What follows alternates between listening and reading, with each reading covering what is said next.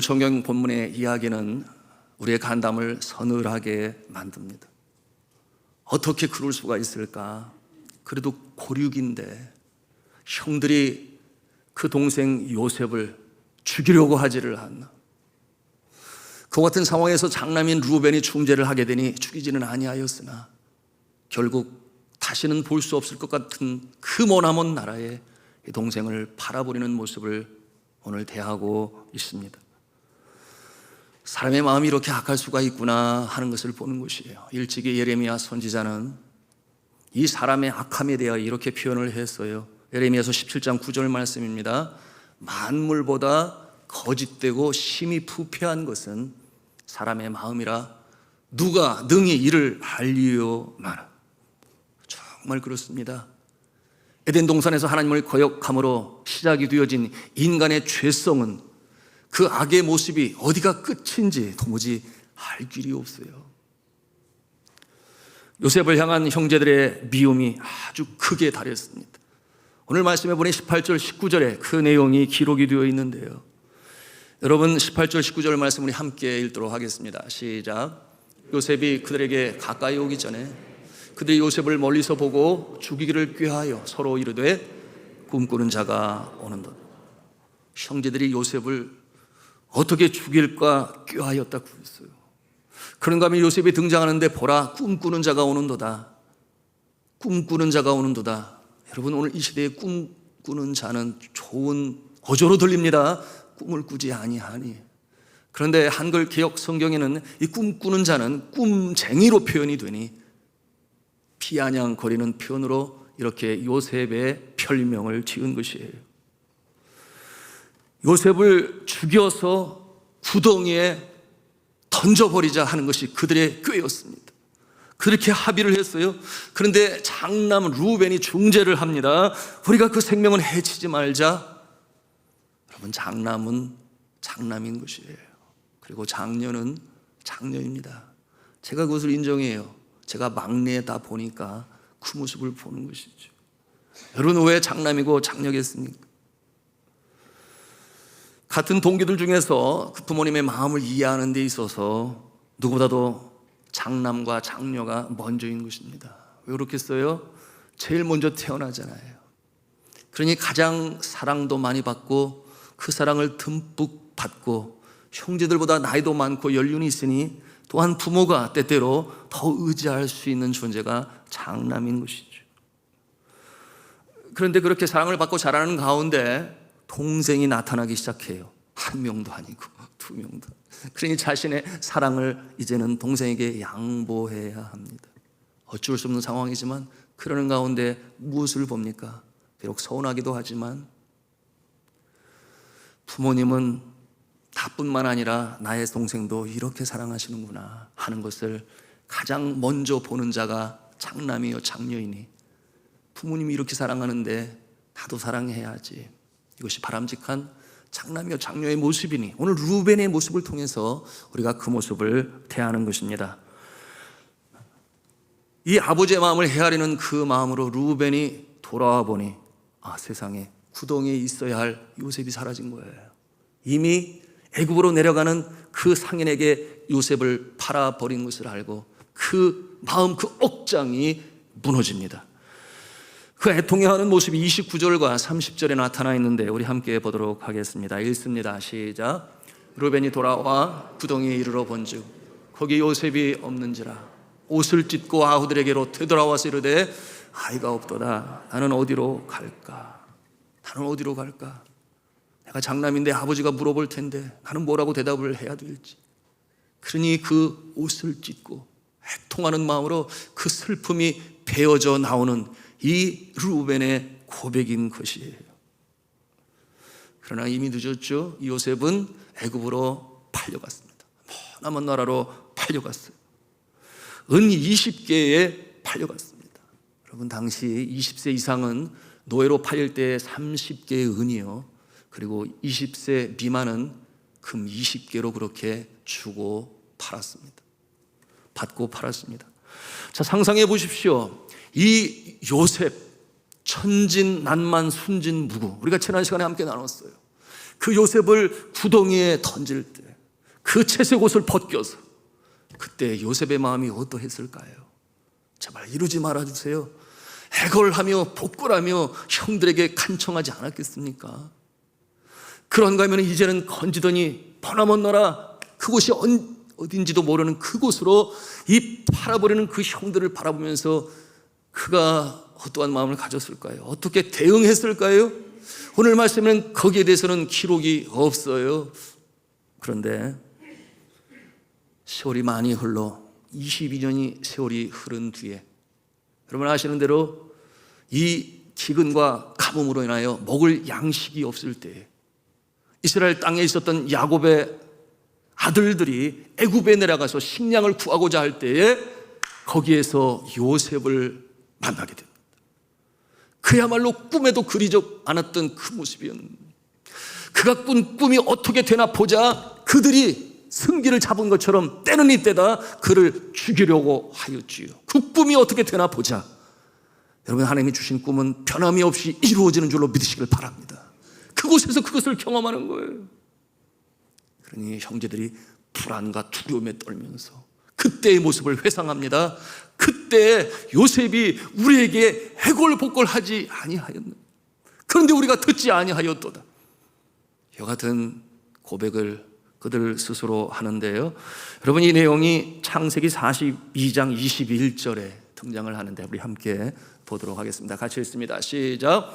그들이 서로 말하되 우리가 아우의 일로 인하여 범죄하였도다. 그가 우리에게 애걸할 때에 그 마음의 괴로움을 보고도 듣지 아니하였으므로 이 괴로움이 우리에게 임하도다. 그러니 요셉이 얼마나 그 상황에서 애걸하고 그야말로 애걸복걸 이루지 말아주세요.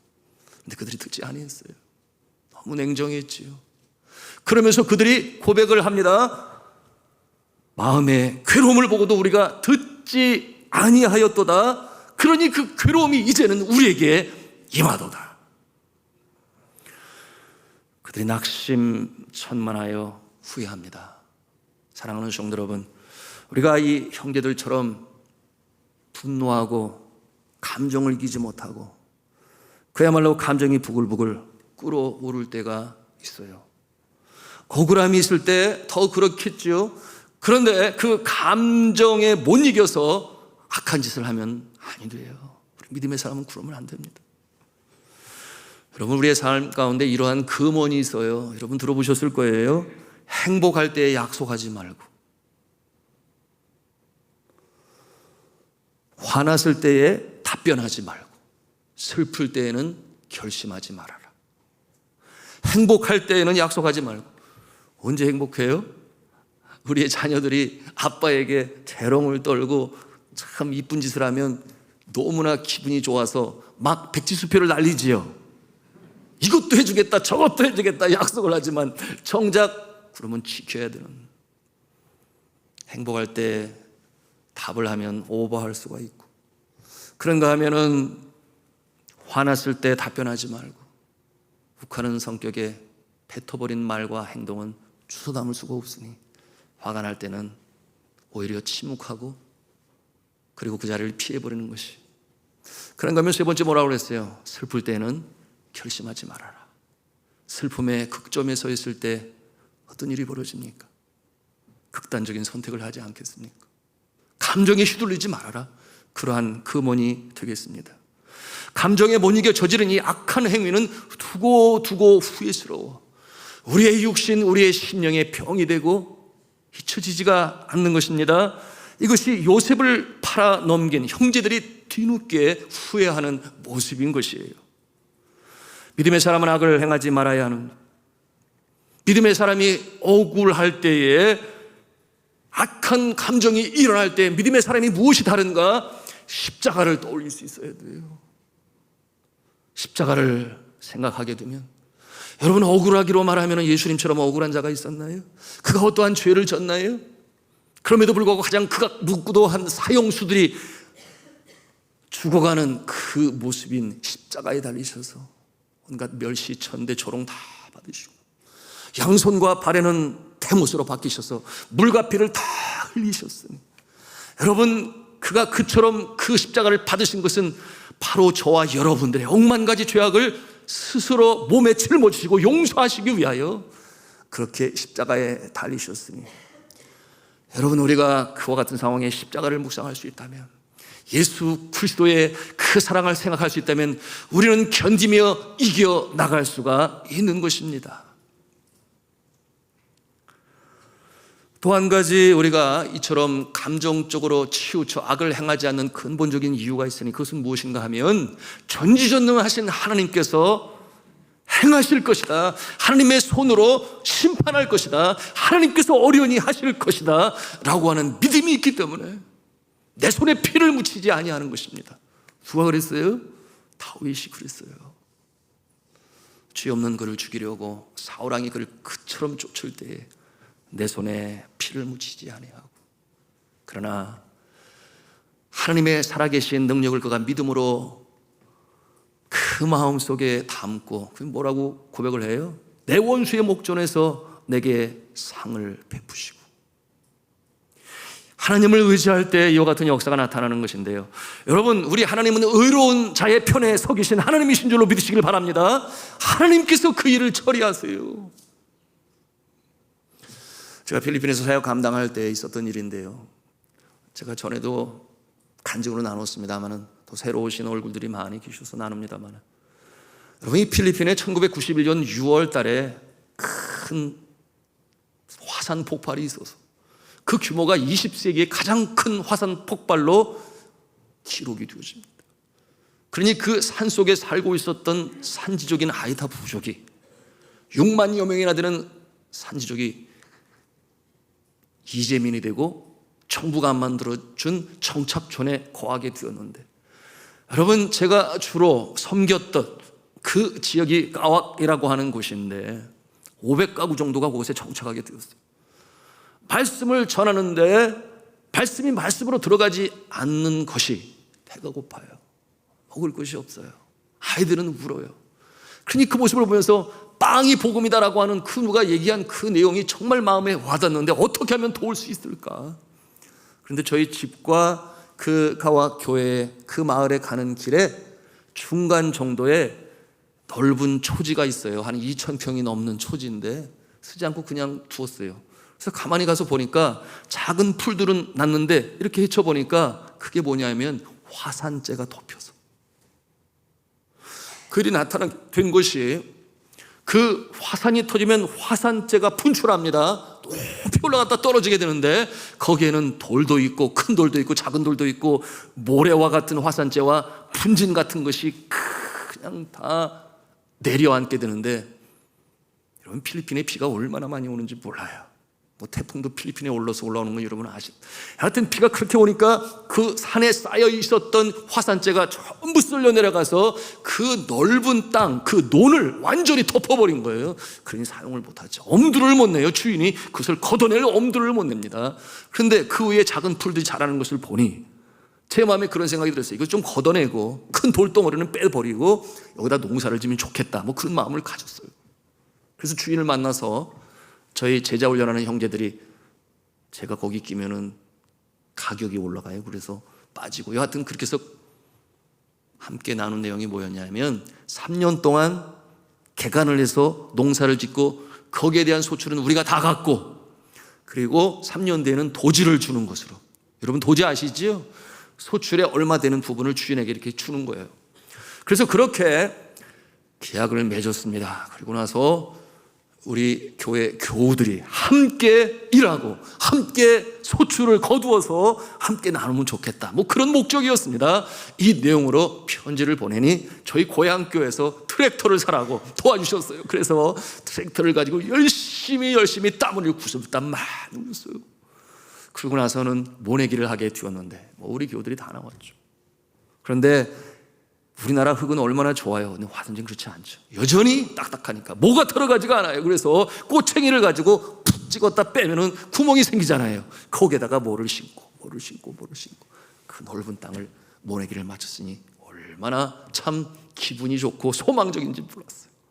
그런데 첫 번째 소출, 여러분 필리핀에서는 2모작 3모작으로 하니 늘 분주하게 심고 거둡니다마는 여하튼 첫 번째 한 3분의 1 정도가 그렇게 소출을 얻게 하였으니 감사했죠. 그리고 두 번째 할 때는 더 많이 걷게 되었어요. 여러분, 우리는 11월 달에 추수감사절을 드리지만 그곳에서는 거둘 때마다 추수감사 예배를 드리니 이 강단 위에 볕단을 쌓아놓고 그 추수감사를 드릴 때 기분은 그야말로 천국에 있나 할 정도로 너무 감사했는데 모두가 다 그런 기쁨을 누렸습니다. 교우들이 나눠서 먹었죠.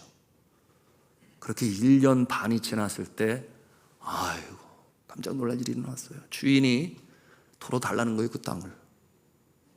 그야말로 기가 막힐 노릇 아니겠습니까? 왜 그렇겠어요? 나는 우리나라에만 사촌이 땅을 사면 배가 아프다 뭐 그런 속담이 있는 줄 알았는데 거기서 그 주인이 너무나 농사를 잘 짓는 모습을 보니까 자신이 도로 빼앗고 싶은 건데 그 사람의 뒷배경에는 그가 부유하니 뭐 경찰도 있고 정치인도 있고 고발 고소를 할 만한 그런 분위기도 아닌 것이요. 계약서가 있는가 보니까 계약서가 없어요. 여러분, 그곳에서 이 산지족들은 문맹률이 80%가 넘어서 자기 이름도 쓸지 못하는 사람들이 많아요. 그저 서로 믿는 그런 사회적 전통을 가지고 있습니다. 그런데 단순한 사람들이 더 이 다혈질이고 무시당했다 생각하면 가만히 있지를 못해요. 가서 죽이겠다고 들고 일어서는데 나는 믿음의 사람들이 그렇게까지 화를 또 낼 줄은 그때 또 새로 알았어요. 그들을 만류하고 이렇게 하는 게 아니라고 다른 방법을 찾아보자고 망고나무를 심든지 바나나를 심든지 다른 방법이 또 있지 않겠냐고 그러는데 제 마음에도 한편으로는 막 부하가 이렇게 올라오는 거예요. 그리고 그 주인이 이제 그 땅에 모내기를 하고 자라나는 모습을 볼 때 너무 부하가 나가지고 제가 집에서 그 마을로 갈 때 차를 운전할 때는 그쪽은 가급적 안 보려고 이래고 운전을 하는데 위험해서 그럴 수는 없었지요. 안 보려고. 그런데 눈이 이렇게 가더라고. 항상 제대로 되나 안 되나 두고 보자 이런 그 억하 심정이 마음에 있어요. 그런데 잘 자라서 뭐 그 땅이 그 땅이지 땅이 뭐 거짓말 하겠습니까? 그래서 열매가 벼가 이고 하는데 하나님 앞에 기도를 하는 거예요. 기도가 나오지를 않아요. 그 모습을 보면 기도 대신 푸념이 나오는데 어떻게 주님 앞에 푸념을 했는가 하면 하나님이 알아서 해주세요. 하나님이 알아서 해주세요. 이렇게만 주님 앞에 기도를 푸념을 드렸는데 그로부터 며칠이 지나고 세상에 필리핀에는 26년 만에 가장 큰 비가 내리기 시작했어요. 26년 만에 저 있는 집도 물에 잠기고 마을이 잠기고 말도 못하게 잠기니 그 폭우 속에서 여전히 산 위에 남아 있었던 이 화산재 돌덩이와 이 모래들이 그냥 휩쓸려 떠내려가서 그 2,000평이나 되는 그 골짜기에 있는 논을 완전히 다 덮었는데 그 높이가 말할 수도 없이 덮었어요. 아이고, 그거를 보면서 제가 참 표정 관리 잘해야 됐어요. 그때 표정 관리를 잘했어요. 웃어야 할지 말아야 할지. 그런데 우리 단순하고 솔직한 이 가왁 마을의 이 교우들은 띵나니온 그러면서 띵나니온 춤을 추는데 여러분 이 띵나니온이 뭐냐면 그것 봐라 그것 봐.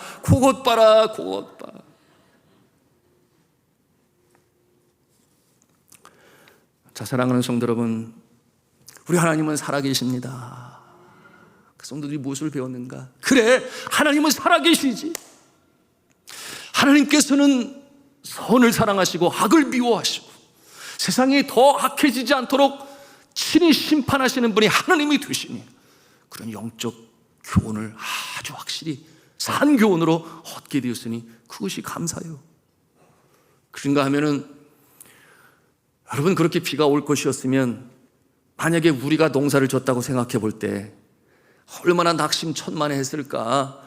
그런데 하나님께서 우리에게 그 몫을 주지 아니하시고 바로 그 속이 아주 악한 그 자가 경험하게 되었으니 그로부터 제가 철수할 때까지 건드리지도 않았는데 어떻게 됐는지 지금은 모르겠어요. 우리 이경수 목사님이 아실래나 여하튼 그런 모습이 되었습니다. 여러분, 우리 하나님은 선과 악을 따라서 보응을 하시는데 로마서 12장 9절에 약속으로 말씀하시지 않나요? 우리 함께 로마서 12장 19절 말씀 같이 읽습니다. 시작. 내 사랑하는 자들아, 너희가 친히 원수를 갚지 말고 하나님의 진노하심에 맡기라. 기록되었으되 원수 갚는 것이 내게 있으니 내가 갚으리라고 주께서 말씀하시니라. 아멘. 또한 시편 62편에서 12절의 말씀을 하시는데요, 같이 또 읽겠습니다. 시작. 주여 인자함은 주께 속하고 주께서 각 사람이 행한 대로 갚으심이니이다. 라고 말씀했어요. 하나님께서 우리가 행한 대로 그대로 보응하시고 갚으신다. 성경은 말씀하고 계시니 하나님께서는 더 이상 이 세상이 악하고 추한 모습으로 내려가지 않도록 양심을 주시고 양심에 따라 행하는 자를 주님께서 손을 들어주시니 여호와 니시로 승리하게 하시고 악을 평정하시는 하나님이신 줄로 믿으시길 바랍니다.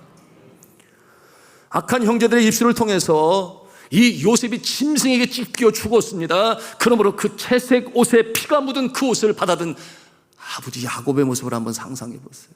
그야말로 억장이 무너지고 청천벽력에 그 마음을 어떻게 주실 수가 있을까요? 오열을 합니다.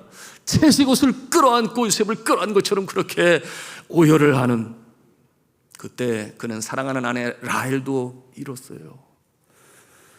그처럼 사랑하는 요셉도 떠났어요. 34절 말씀에 보니 어떠한 모습이었는가? 자기 옷을 찢고 굵은 배로 허리를 묶고 오랫동안 그 아들을 위하여 애통하였더라. 그리고 그의 아들들이 위로합니다. 그 다음 절에 뭐라고 했는가 보니 그 모든 자녀가 위로하되 그가 위로를 받지 아니하였다 그랬어요. 말하기를 내가 슬퍼하며 음부에 내려가 아들에게 가리라 하고 야곱이 그를 위하여 울었다 그랬습니다. 우리가 그 마음을 얼마나 이해할 수 있을까요? 자녀를 잃어버려 본 자는 알겠죠. 참 야곱의 인생이 기구합니다. 참으로 그렇습니다. 슬픔은 바람과 같이 우리 인생에 그렇게 예고 없이 불어오고 그리고 불어갑니다. 사랑하는 사람이 떠나요. 내 능력으로 막을 능력이 우리에게 없어요. 이와 같은 한 가정의 비극의 역사를 보면서 오늘 이 시대 21세기를 살아가는 우리가 받을 영적 교훈은 무엇일까요? 여러분, 표면적으로 드러나는 이 모습은 먼저는 그 형들의 악한 모습이죠. 그러나 이 아버지 야곱이 자유로울 수 없는 것은 그와 같은 역사가 비극에 나타나게 된 단초를 제공한 인물이 누구인가? 바로 아버지 야곱이었기 때문이에요. 참으로 불편한 진실 아니겠습니까? 무엇을 잘못했습니까? 첫째는 야곱은 가정을 돌보지 못할 정도로 너무나 바쁜 인생으로 살았어요. 그것이 뭐가 잘못이냐? 아버지는 그렇게 열심히 일해야 되는 거 아니냐? 가족과 함께하는 시간을 갖지 못했으니, 여러분, 그 모습이 창세기 31장 40절에 가보면 알게 되는데요, 야곱이 20년 동안 이 삼촌 집에서 있을 때에 어떠한 모습으로 살았는가? 우리 같이 읽겠습니다. 시작. 내가 이와 같이 낮에는 더위와 밤에는 추위를 무릅쓰고 눈 붙일 겨를도 없이 지냈나이다. 눈 붙일 겨를도 없이 지냈나이다. 그럼 그때가 언제였는가? 그는 이미 가장이 되어서 레아와 라헬이 있었고 그의 자녀들도 함께 있었으니 요셉이 그와 함께 있었습니다.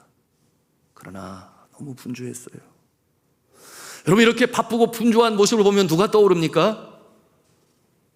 대한민국 가장들이 떠오르지 않습니까? 그 어려운 때에 잘 살아보세요. 잘 살아보세요. 아주 열심히 일했지요. 그리고 돈을 많이 벌면 행복이 임할 것이다, 그렇게 여겼지요. 그것이 우리의 선배들의 모습이었습니다. 그러므로 이제는 물질적으로 선진국이 되었으나, 그러나 38개국 OECD 국가 중에서 선진국 중에 물질은 선진국인데, 그런데 정작 이 문화와 이 대한민국 시민들의 그 모습은 아닌 것이니, 여러분, 돈이 다가 아님을 우리에게 깨우쳐 줘요. 그렇게 선진국인데 행복 지수는 점점 떨어지고 불만 지수는 높아만 가고, 이혼율은 말할 것도 없으며, 여러분, 자살공화국이라고 하는 불명예를 씻기가 어려운 상태로 갈 뿐만 아니라 이 세상에서 가장 먼저 사라질 인구 절벽의 나라가 어디냐? 대한민국이다. 옥스퍼드 유니버시티에서, 이 대학교에서, 연구소에서 이미 발표를 했어요. 무엇을 보여주는 것입니까? 여러분, 우리가 가장으로서, 가정의 책임자로서 그처럼 열심히 일하고 돈을 벌고 나머지는 다 맡겨요? 공부는 학교에 맡기고 신앙은 교회에 맡기고? 아니요, 가장이 믿음으로 똑바로 설 때에 자녀들도 똑바로 서는 줄로 믿으시기를 바랍니다. 얼마나 중요한 거예요. 그렇기 때문에 아이들이 결국 아빠를 멀리하게 되고, 정서적으로 말입니다. 문제는 그들이 자라나서 똑같이 아빠 흉내를 내요. 그 책임을 누가 지겠냐? 저에게도 아픈 과거에 있는데, 필리핀 선교지에서 사역 감당할 때 여러분, 그곳이 참 시골이었죠. 그리고 산촌이고, 그 당시에 참 이 우기철이 되면 먹을 것이 없어서 우기철이 되면 일사량이 적으니까 열매들도 나오지 않고 채소도 뭐 그런 거죠. 그래서 마닐라를 가려면 한 3시간에서 3시간 반을 달려가야 되는데, 가서 뭐 먹고 싶은 야구르트도 좀 사와야 되고 초코파이도 좀 사와야 되고, 그 당시에 마닐라의 한인 슈퍼에서는 초코파이가 들어왔는데 먹고 싶어서 그랬는데요. 그래서 차를 준비하고 오늘은 마닐라를 가는 날이야. 저희 딸은 신나서 뒤에 가서 자리 잡고, 그리고 저도 이제 안고, 제 아내가 아기를 그때 뭐 1살 됐을까 말까 한 저희 막내를 안고 제 옆에 타게 되었는데, 뭔가를 놓치고 왔는지 이 제 아들만 옆에 딱 내려놓고 집안에 뭘 찾으러 들어간 거예요. 그러니까 제가 기다리고 있다가 자연스럽게 제 눈이 이렇게 아들을 보지 않겠습니까? 아들도 저를 이렇게 쳐다보고 있다가 입이 오물오물 그래요. 표정이 안 좋아지더니 그냥 그러고서는 그냥 울기 시작하는 거예요. 저를 보더니. 그러니 제가 얼마나 놀라지 않겠어요? 아니, 나 아빠야, 아빠. 근데도 놀라는 거예요. 정서적으로 하나가 되지 아니하니. 그러므로 낯선 남자의 모습으로 왜 그렇겠어요? 새벽이면은 깨기도 전에 그 길이 한 12km 정도 비포장도로에 오토바이를 타고, 그 당시에 열심히 진짜 하늘을 찔렀으니 40일 연속 새벽 기도회를 거기서 했어요. 왜 그렇게 했겠어요? 산돌중앙교회에서 배운 게 그거니까 그렇게 하지, 어떻게 하겠어요? 그리고 나올 때는 또 혼자 나오나요? 형제들 나와서 같이 밥을 먹으냐. 아침은 항상 공동 식사인데, 그러고 나서는 또 일하러 가야죠. 뭐 사역이죠. 그게 선교죠. 그야말로 어떤 사람의 표현이 뭐 선교에 비쳤다. 밤에 되어 들어오면 이미 제 아들은 잠이 들었고, 그러니 정서적인 하나가 되지를 못하니 어색해서 기쁘는 거예요. 바르고 얼러도 울음이 그치지를 않아요. 나중에는 부화가 나더라고요. 제 마음에. 야, 이 아빠도 이렇게 몰라보고. 내 엄마가 뛰어나와가지고 아들을 안으니까 금방 울음을 뚝 그치더라고요. 그날 제가 충격을 받았습니다. 그렇구나, 내가 아빠의 모습을 제대로 하지 못하는 거예요. 여러분, 시간이 지난 다음에 그것을 갚느냐고 제가 참 많이 수고했습니다. 군에 들어가기 전에 이때는 꼭 같이 격려하고 유리주하고 훈련소 쫓아가야지. 그래서 비행기 타고 날라와가지고 아들 데리고, 아들은 괜찮다고 그러는데 아니야. 그래서 차를 타고 뭐 그런 거 있잖아요. 맛 따라 길 따라. 그래서 어디 맛있는 집 다 찍어놓고 팔도를 다니면서 한 일주일 동안 같이 여행하고 교감을 쌓았습니다. 동해 바다에서 같이 또 시간을 보내고, 그러고서 군에 보내게 되었는데 얼마나 어색했을까 한편으로 그런 생각도 하지만 친해졌어요. 그리고 나서 대학 졸업하는데 또 교회 사역이 바쁘니까 가보지도 못했는데, 취직을 했다고 그래서 가서 기도해 줘야지, 이제 사회 초년생으로 출발하는데, 그래서 교회에서 일주일 휴가를 얻어가지고 일주일 휴가 기간에 월요일날 출발했는데 시차 적응하고, 그러고서는 토요일 오후에 도착하니 내가 갔다 온 건지 안 갔다 온 건지, 꿈을 꾼 건지 아닌지 생시인지, 그래도 가서 기도를 해 주었으니까 힘이 되었다고 그렇게 고백을 하지만, 정말 그 어렸을 때에 하지 못한 것을 얼마나 갚았는지. 그런데 저는 그때 알게 되었어요. 이 아들이 자라나서 신앙을 갖게 되니, 예수님을 나의 참 구주로 영접하고, 그리고 성경 공부를 하고 찬송을 좋아해요. 그러다 보니 그와 같은 모습들이, 그 어렸을 때의 상처들이 다 사라지고 하나님께서 은혜로 회복시켜 주시니 여러분, 우리 하나님께서는 이처럼 주의 사랑하는 가정, 자녀들 십자가의 능력으로 세우시는 줄로 믿으시기를 바랍니다.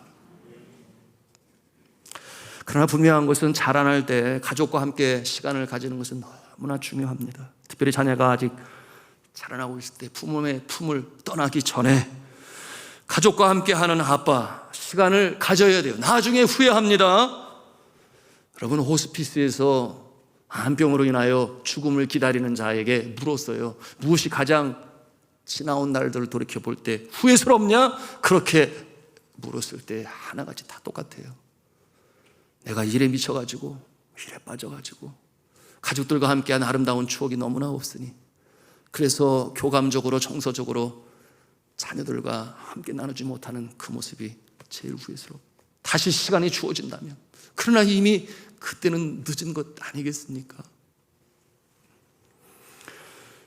자, 이와 같은 모습이 이 시대에 우리가 바라보는 우리의 가장들의 불편한 진실의 모습인데, 야곱이 그렇다고 하는 것입니다. 그런가 하면 두 번째로 이 야곱의 잘못된 모습이 있었으니 그것은 편애였어요. 너무나 요셉만을 사랑했습니다. 그것은 우리가 이미 잘 알고 있는 내용이죠. 이 모습이 요셉에게 채색 옷을 입히고 다른 자녀들에게는 어림도 없었지요. 그러나 그 모습만이 아니었어요. 평소에, 그리고 결정적인 순간에 이 야곱이 그처럼 편애하는 모습을 하였으니, 여러분 성경을 자세히 보면 그 모습이 드러납니다. 그가 그런 모습이 언제였는가? 에서가 400명을 거느리고 이 야곱을 쫓아옵니다. 그러니 잡히면 죽을 것이다 여겼어요. 그러므로 야곱이 어떻게 합니까? 혼자 남아서 경외하며 기도했다 그랬는데 야곱이 얼마나 꾀가 마른지 몰라요. 여러분, 그 내용이 창세기 33장 1절 2절에 있는데요, 우리 같이 읽겠습니다. 시작. 야곱이 눈을 들어보니 에서가 400인을 거느리고 오는지라 그 자식들을 나누어 레아와 라헬과 두 여종에게 맡기고, 여종과 그 자식들은 앞에 두고 레아와 그 자식들은 다음에 두고 라헬과 요셉은 뒤에 두고. 여러분, 여기에서 이 말씀을 잠 띄워주시기 바랍니다. 자신은 아예 건너가지도 않고 혼자 남아있는데 식소들을 보냅니다. 먼저 보냅니다. 그런데 오늘 이 시대에 말하면 가장 앞에 있는 자는 바로 이 에서가 와서 죽이기로 한다면 제일 먼저 죽이는 총알바지라고 말할 수 있어요. 그런데 야곱이 꾀가 많으니 지혜롭다고도 말할 수 있겠지만, 그러나 그 가운데서 편애가 이렇게 나타나는 것입니다. 맨 앞에 누구를 세웁니까? 여종과 그 자식들은 앞에 두고 레아와 그 자식들은 다음에 두고, 그리고 맨 마지막에 누구를 두었다 그랬어요? 라헬과 요셉은 뒤에 두고. 그러므로 맨 앞에 서가는 이 요셉의 이복 형들이 무슨 생각을 가질까요? 그래, 우리는 총알바지야. 그리고 요셉은 저 뒤에 있어. 이것이 야곱의 모습인 것이죠.